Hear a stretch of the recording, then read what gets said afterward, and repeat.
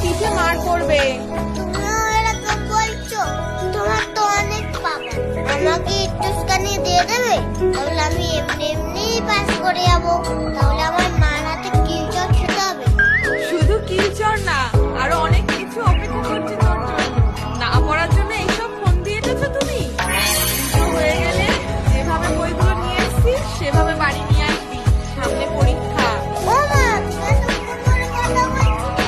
তুমি কি আমার সব কথা শুনে নিয়েছো? মারা না সব কিছু জানে। ও ঠাকুর, তুমি আগে আমারে বাঁচাও। সরস্বতী মা আমাকে কিন্তু কখনো চলে। বিষ্ণুরূপে বিলাসন দেবী দেবী তমো, দেবী দেবী তমো। মন্ত্রটাও তো ঠিক করে বলতে পারিস না, ঠাকুর আবার কি পাওয়ার দেবে তোর? ও ঠাকুর, তুমি আরো 10